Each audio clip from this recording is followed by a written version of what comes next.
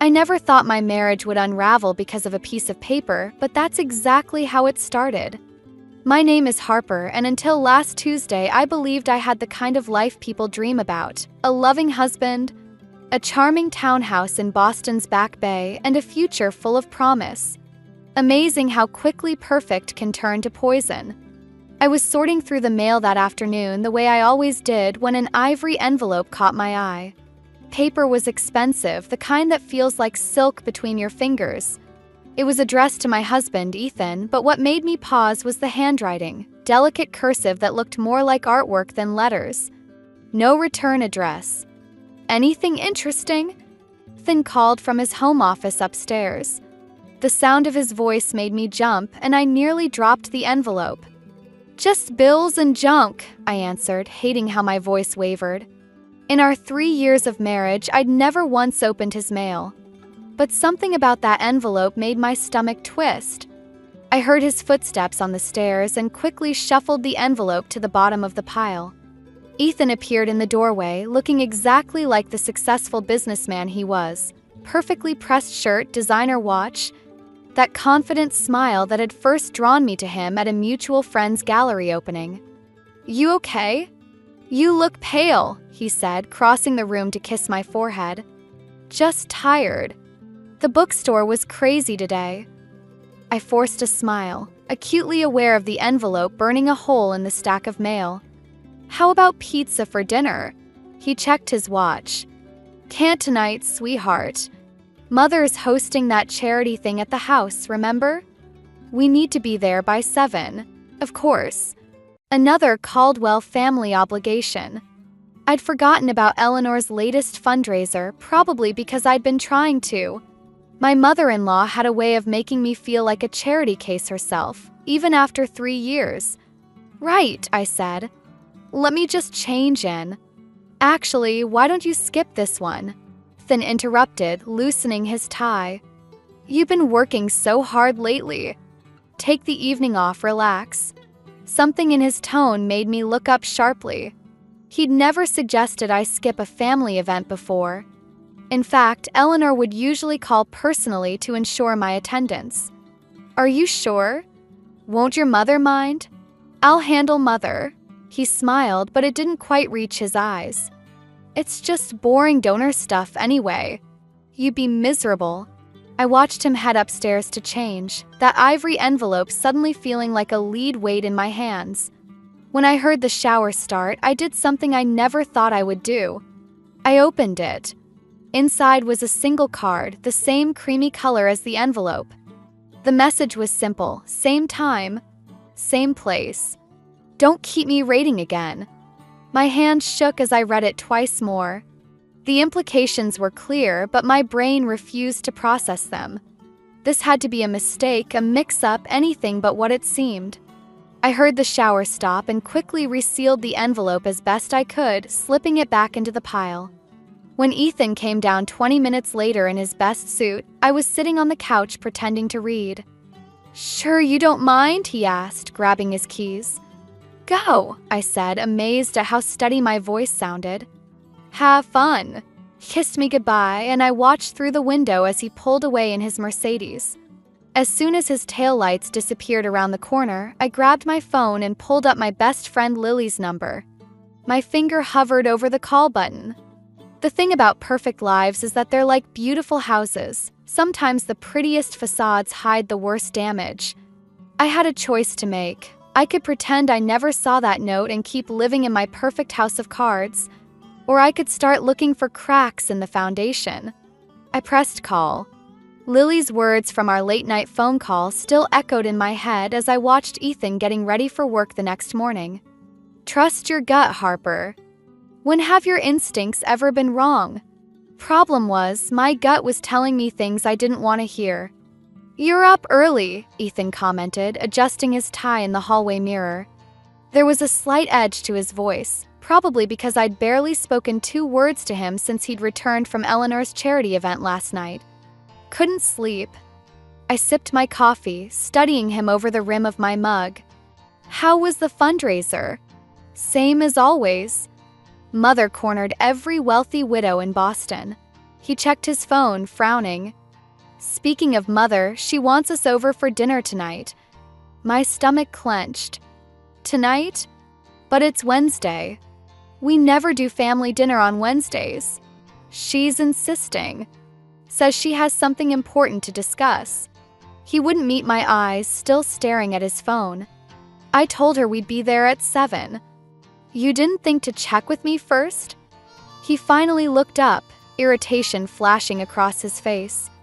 Since when do you have other plans on Wednesday nights? That's not the point, Ethan.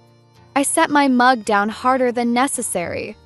You've been making all these decisions lately without even asking me. The charity event last night, now this dinner. What's really bothering you, Harper? He stepped closer, his cologne, different from his usual, making me feel slightly nauseated. Because this doesn't feel like it's about dinner with Mother. Before I could respond, his phone buzzed. He glanced at it, and something in his expression shifted. I have to go. Early meeting. With whom? The words slipped out before I could stop them. He paused at the door, jaw tightening. Clients, Harper. That's what businessmen do. They meet with clients. After he left, I sat at our kitchen island, staring at nothing. 3 years ago, I'd fallen in love with Ethan's confidence, his easy charm. Now those same qualities felt like walls keeping me out. My phone lit up with a text from Eleanor. Darling, looking forward to dinner tonight. Wear something appropriate. I could practically hear her voice, dripping with polite disdain. In Eleanor's world, appropriate meant designer labels and family heirlooms, not the vintage dresses I loved from my bookstore salary days. I was about to reply when another text came through, this one from Ethan's Aunt Vivian. Coffee at Lardison in an hour? Need your book recommendations. Winky face. Vivian had always been different from the rest of the Caldwells. Where Eleanor wielded sophistication like a weapon, Vivian's warmth felt genuine. Plus, she was the family gossip. If anyone knew what was really going on, it would be her. Lardison was busy when I arrived, but I spotted Vivian immediately, her silver hair elegant against her coral blazer. She waved me over, 2 lattes already waiting. Harper, darling. She hugged me tight, then held me at arm's length. You look tired. Trouble sleeping. Just work stress, I lied, settling into my chair. She stirred her latte. Nothing to do with Eleanor's sudden Wednesday dinner plans? I tried to keep my face neutral. You know about that? Oh, I know many things. She leaned forward, lowering her voice. Like the fact that Celeste Moore is back in town. The name hit me like a slap. Celeste Moore, the gorgeous brunette who'd been at every Caldwell event until about 4 years ago, right before I met Ethan. She'd vanished so completely I'd almost forgotten about her. What does that have to do with anything? Vivian's eyes softened with something that looked dangerously like pity. Maybe nothing. Maybe everything. But if I were you, I'd pay very close attention at dinner tonight. My phone buzzed, another text from Ethan. Might be late to Mother's. Meet you there. I showed Vivian the message. She read it, then reached across the table and squeezed my hand. Remember, Harper. In this family, nothing is ever quite what it seems. As I drove home, my mind raced. The ivory envelope. The mysterious meetings. Celeste's return. Felt like pieces of a puzzle were floating just out of reach, waiting to form a picture I wasn't sure I wanted to see. 7 o'clock couldn't come fast enough. Eleanor's dinner turned out to be anything but dinner. I sat alone at her mahogany dining table for 45 minutes before my mother-in-law finally emerged from her study, perfectly coiffed and utterly unapologetic. Oh, darling, has Ethan not arrived yet? She didn't wait for my answer, pouring herself a generous glass of wine. He just texted, caught up at the office. Such a dedicated worker, my son. I gripped my water glass tighter. You said this dinner was important, that you had something to discuss. Did I? Eleanor settled into her chair, studying me over the rim of her wine glass. Well, since you're here, we might as well talk about the Foundation's upcoming gala. The seating arrangements are proving quite challenging. My phone buzzed. Another text from Ethan. Sorry, sweetheart. Emergency meeting running late. Don't wait up. Something snapped inside me. I stood up, my chair scraping against the hardwood floor. I need to use the restroom. Instead of heading to the powder room downstairs, I climbed the familiar stairs to Ethan's old bedroom. Now his home office when he worked from his mother's house. The door was unlocked. They never expected me to snoop. I was the good daughter-in-law after all. The grateful scholarship girl who'd married up. I found what I was looking for in his suit jacket pocket, hung carelessly over his chair, a hotel key card for the Four Seasons. The same hotel mentioned in hushed conversations I'd pretended not to hear, in texts I'd glimpsed over his shoulder. My hands shook as I took a photo of the key card with my phone. As I slipped it back into his pocket, something else caught my eye, a receipt from the hotel's restaurant. 2 cocktails, dinner for 2, dated last night. During Eleanor's charity event. I heard footsteps on the stairs and quickly moved to the hallway bathroom, splashing cold water on my face. When I returned downstairs, Eleanor was on the phone. Yes, darling, she's still here, she was saying. No, I haven't, of course not. She noticed me and quickly ended the call.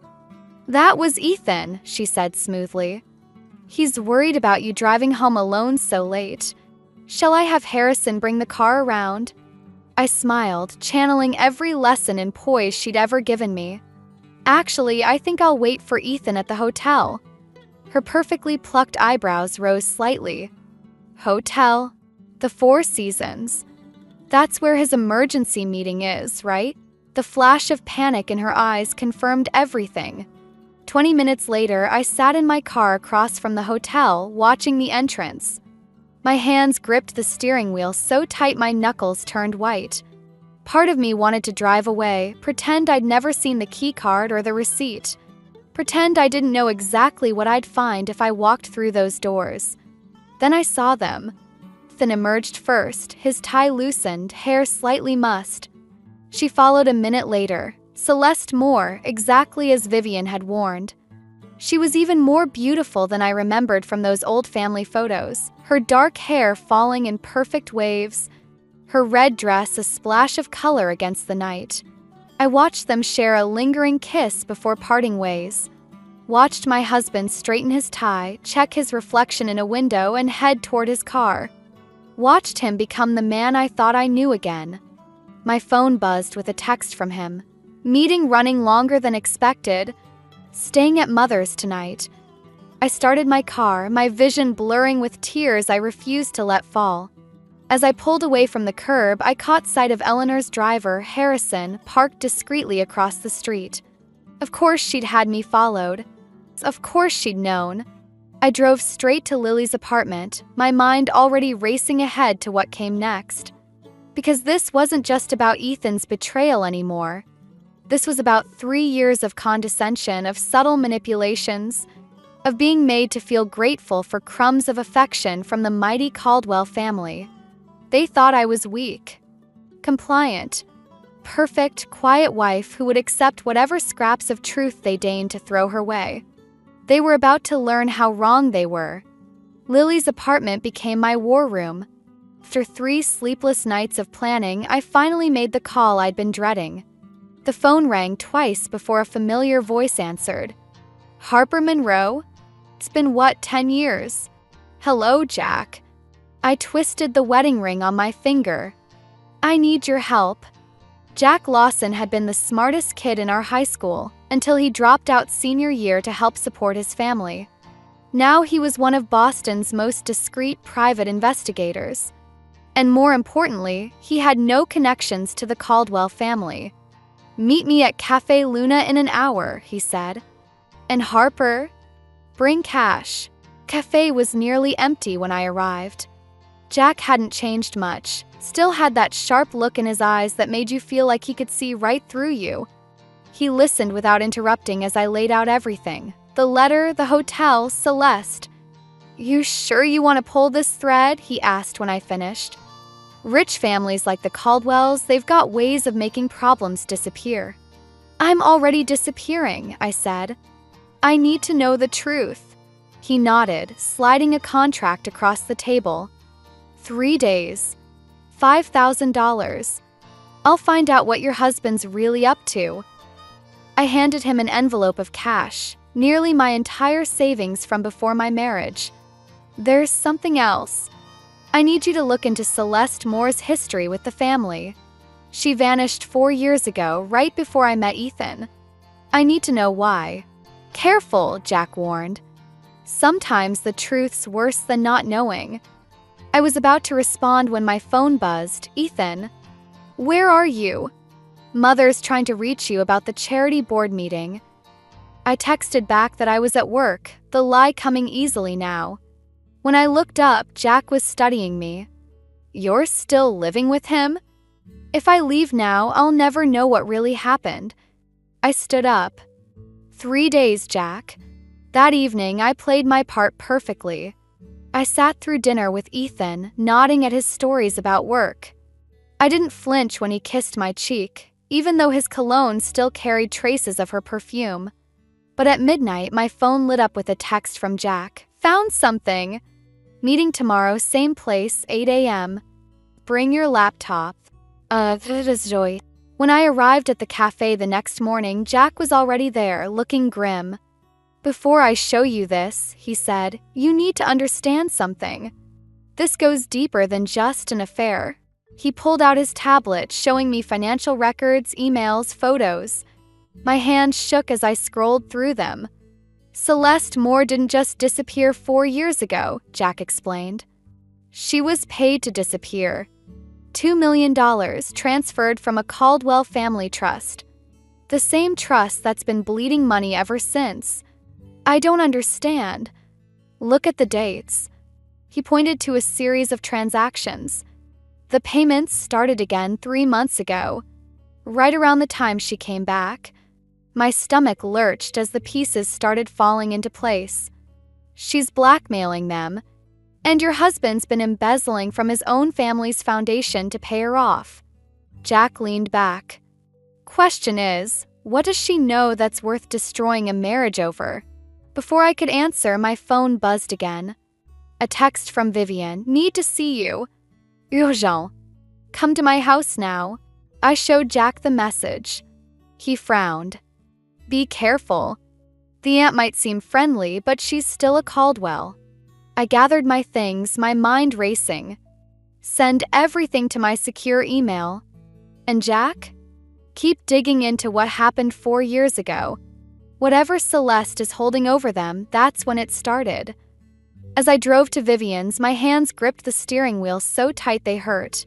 I'd wanted the truth, but now the truth felt like a weapon, one that could destroy not just my marriage, but the entire Caldwell dynasty. The question was, did I have the courage to pull the trigger? Vivian's house felt different in the rain. The Georgian mansion I'd visited countless times for family brunches now loomed like something from a Gothic novel. I almost turned around when I saw Eleanor's car in the circular drive. Inside, voices drifted from Vivian's study. I recognized Eleanor's precise tone, then Vivian's sharper reply. She deserves to know. Know what? I asked from the doorway. They turned, startled. Eleanor's face was ashen, missing its usual perfect makeup. Vivian sat behind her desk, holding what looked like an old photograph. Harper! Eleanor smoothed her skirt, recovering quickly. This is a private family matter. I'm family. The words tasted bitter. Or have you forgotten that while planning your son's secret meetings with Celeste? Eleanor's eyes widened. Vivian made a sound between a laugh and a sigh. Well, Vivian said, that saves us some explanation. She held out the photograph. Though not all of it. Picture was old, yellowed at the edges.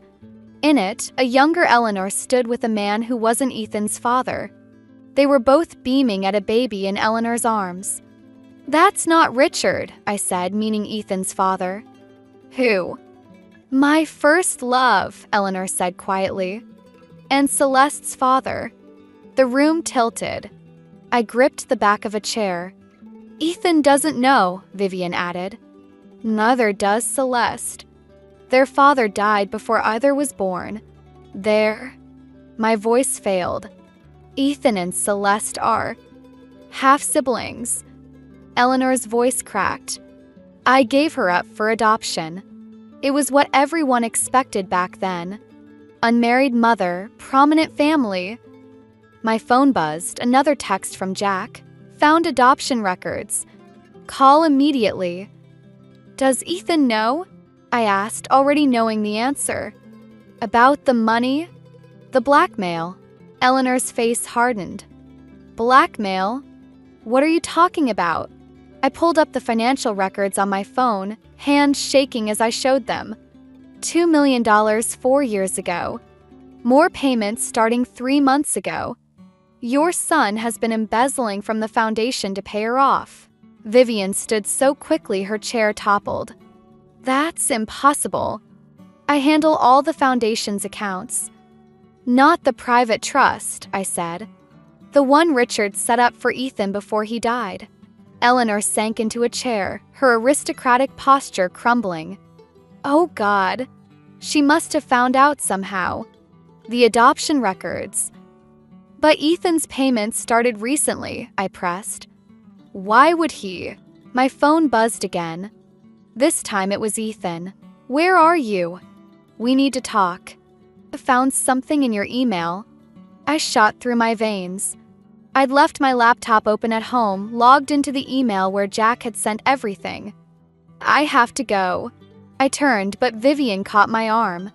Harper, wait. There's more you need to know about Celeste. About what really happened 4 years ago. Let her go, Eleanor said, her voice hollow. She's already decided what kind of story this is. Haven't you, dear?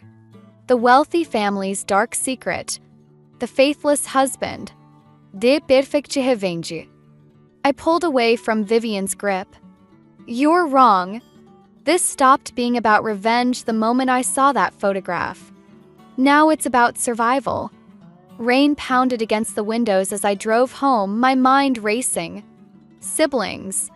The word echoed like a curse. Did they know? Was that why Ethan had been paying her? Or was there something even darker hidden in the Caldwell family's perfect facade? My phone kept buzzing. Ethan. Jack. Vivian. I ignored them all. Because now I understood what I had to do. This wasn't just about exposing the truth anymore.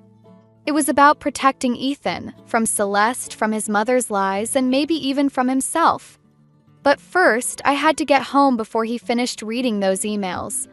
The lights were on in our townhouse when I pulled up. Through the window, I could see Ethan pacing in his study, phone pressed to his ear. I took a deep breath and reached for the door handle. Time to find out what kind of story this really was. The front door felt heavier than usual as I pushed it open. Ethan stood in his study doorway, my laptop open on his desk behind him.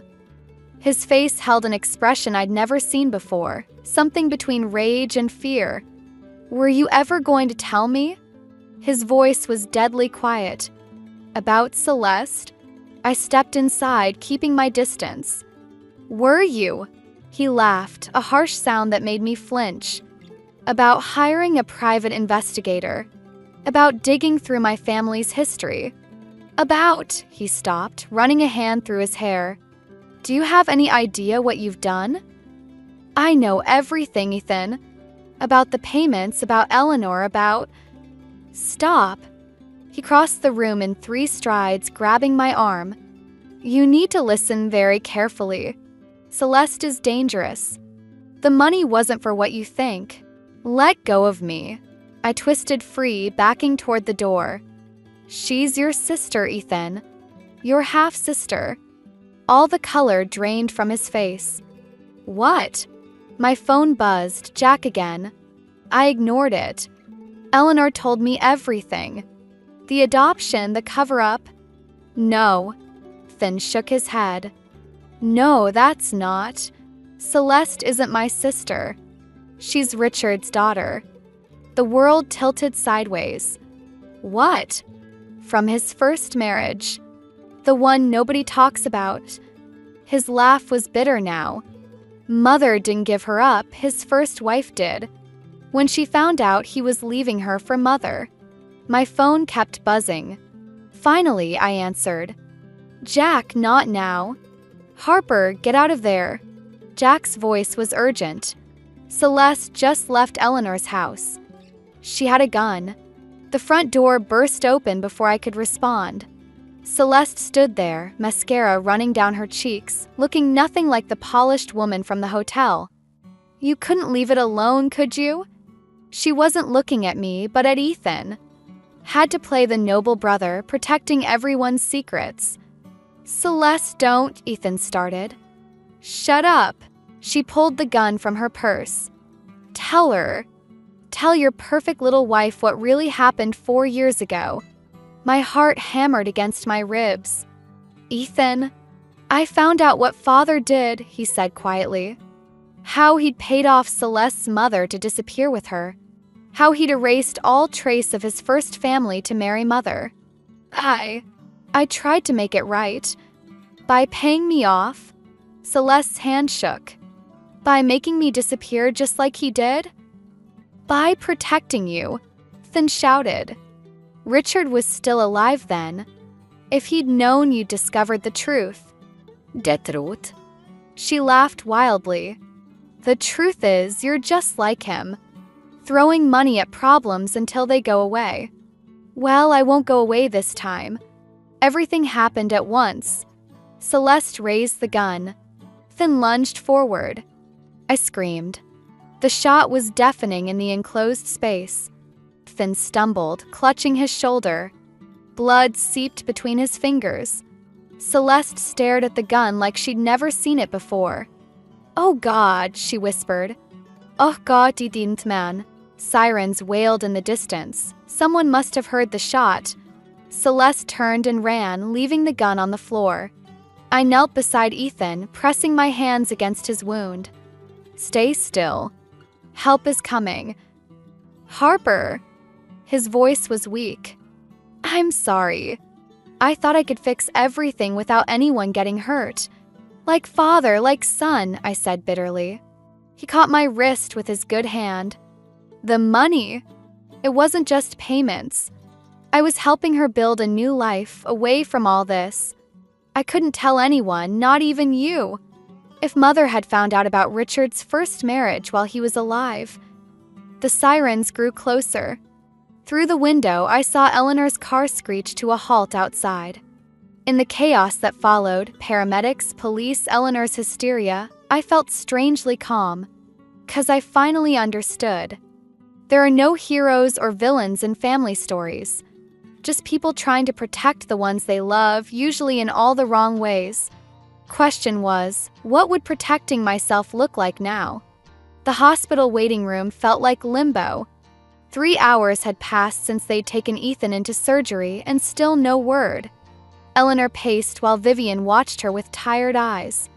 I sat apart from them, clutching my phone, waiting for news about Celeste. Jack's text came just after midnight. Found her. 4 seasons. Same room as before. I stood up. Eleanor's head snapped toward me. Where are you going? To finish this. Harper, Vivian warned. Let the police handle it. The police don't know what we know. I grabbed my coat. About Richard. About any of it. Eleanor blocked my path. You've done enough damage. Me. I laughed, the sound sharp in the quiet room. You built this house of lies, Eleanor. All of you. I just lived in it. The 4 Seasons lobby was deserted when I arrived. The night clerk recognized me from my previous visit, his eyes widening. Room 742, I said. Call the police in 10 minutes. The elevator ride felt endless. When I reached her door, I didn't knock. I had Ethan's key card, the one that had started all this. Celeste sat on the bed, still in her blood-stained clothes. The room reeked of whiskey. Come to arrest me? Her voice was hollow. No. I closed the door. I came to understand. Understand what? How it feels to be erased. She took another drink. To watch your father build a perfect new family while pretending you never existed? Ethan tried to help you. Help me. She stood, swaying slightly. He paid me to stay quiet, just like Richard did with my mother. The Caldwell solution: throw money at the problem until it goes away. Then why come back? Because I wanted them to see me. The glass shattered against the wall. Really see me, not as some dirty secret, but as family. By threatening Ethan? By shooting him? I never meant. She sank back onto the bed. I just wanted to belong somewhere. Footsteps in the hallway. Vivian's voice. Harper? Are you in there? I opened the door. Vivian entered, followed by Eleanor. The three Caldwell women facing their prodigal daughter. Hello, Mother, Celeste said to Eleanor. Or should I say stepmother? Eleanor flinched. I didn't know. About you, about Richard's first marriage. Not until after he died. But Ethan knew, Vivian added quietly. He found the papers in Richard's study. Started tracking you down. To protect you, I corrected. From Eleanor finding out while Richard was alive. From the scandal destroying both families. And now, Celeste looked at Eleanor. Now that everyone knows? Sirens wailed in the distance.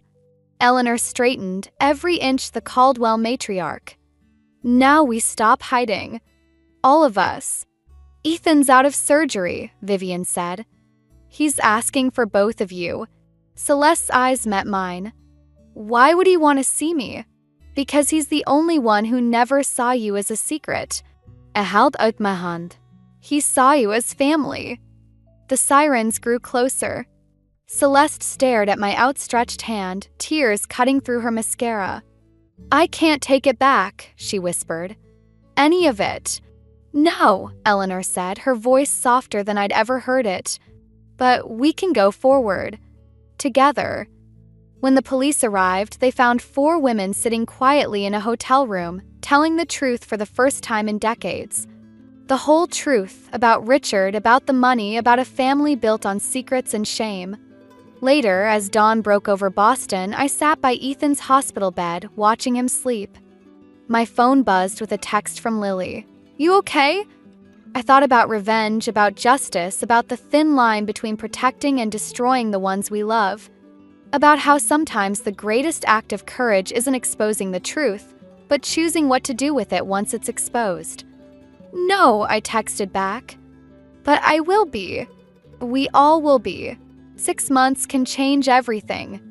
The Boston winter had melted into spring, and I sat in my new apartment, surrounded by unpacked boxes and the morning light.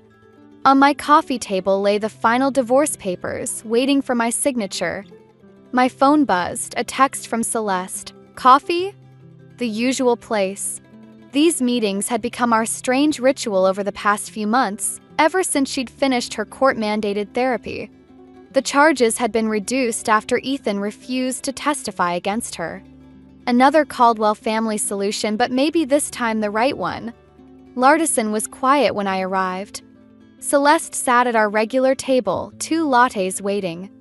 She looked different now, softer somehow, without the sharp edges of revenge to hold her together. Eleanor asked about you at the foundation meeting, she said as I sat down. She misses you in her Eleanor way. How's that going? Working with her. Surprisingly well. Turns out we're both good at organizing charity galas. She smiled faintly, though she still corrects my table settings. The foundation had been Eleanor's idea, transforming the private trust into a scholarship fund for children of broken families. A way to turn decades of secrets into something healing. And Ethan? Better. Physical therapy's helping. He's talking about moving to New York, starting fresh. She hesitated. He asks about you too. I touched the manila envelope in my bag containing the divorce papers. I know. He called yesterday. Are you going to sign? Before I could answer, my phone lit up with a text from Jack. Got the job. Starting Monday at the new agency. Thanks for the reference. Life's funny, I said, showing Celeste the message. A year ago, I hired Jack to expose your family's secrets. Now he's working for your security firm. Our family, she corrected gently. Whether you sign those papers or not. The bell above the door chimed. Vivian walked in, spotting us immediately. She'd been the bridge between all the broken pieces, somehow knowing exactly when to push and when to let things heal on their own. I hoped I'd find you both here, she said, sitting down. Eleanor's planning a summer party at the house. Proper one with both families invited. All the families. I thought about the past 6 months, the therapy sessions, the careful reconstructions of truth from lies, the slow building of something new from the ashes of what we'd burned down. I should go, I said, standing. I have some papers to sign. Harper. Celeste caught my hand. Whatever you decide. Thank you for showing us there's more than one way to be family. At home, I opened the divorce papers again. Behind them was another envelope, the one Ethan had left at my door last week. Inside was a single photograph, all of us at Christmas, even Celeste's mother, who Eleanor had finally tracked down. We looked messy, imperfect, real. On the back, Ethan had written, "Sometimes love means letting go. Sometimes it means holding on differently." I picked up my pen, understanding finally that this wasn't an ending. It was a transformation. The Caldwell family would always be part of my story, not as the perfect facade I'd married into, but as the beautifully flawed reality we'd all discovered together. My phone buzzed one last time. A message from Eleanor. The foundation board meeting is Thursday. Your seat is still empty. I looked at the divorce papers, then at the Christmas photo. Sometimes the hardest part isn't choosing between right and wrong, but finding the courage to choose both, to let go of what was while holding space for what could be. I picked up my pen and began to write not just my name, but my own ending. Or maybe it was a beginning.